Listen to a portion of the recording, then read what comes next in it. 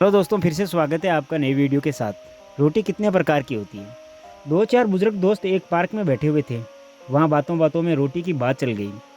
तभी एक दोस्त बोला, जानते हो कि रोटी कितने प्रकार की होती है। किसी ने मोटी पतली तो किसी ने कुछ और ही प्रकार की रोटी के बारे में बताया। तब एक दोस्त ने कहा, नहीं दोस्त, भावना और कर्म के आधार से रोटी चार प्रकार की होती है।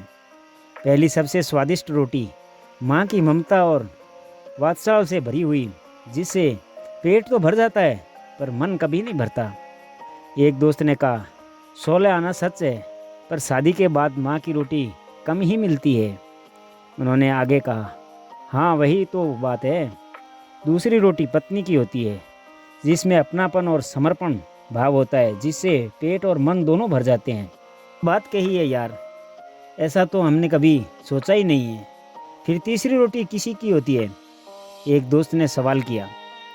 तीसरी रोटी बहू की होती है, जिसमें सिर्फ कर्तव्य का भाव होता है, जो कुछ कुछ स्वाद भी होती है और पेट भी भर देती है और वृद्धाश्रम की परेशानियों से बचाती है। थोड़ी देर के लिए वहाँ चुप्पी छा गई। लेकिन ये चौथी रोटी कौन सी होती है? मौन तोड़ते हुए एक दोस्त ने पूछा। चौथी रोटी नौकरानी की होती है, जिससे ना तो इंसान का पेट भरता है और ना ही मन तृप्त होता है, और स्वाद की तो कोई गारंटी नहीं होती।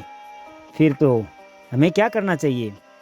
माँ की हमेशा पूजा करो, पत्नी को सबसे अच्छा दोस्त बनाकर जीवो, बहू को अपनी बेटी समझो और छोटी मोटी गलतियाँ नज़रअंदाज कर दो।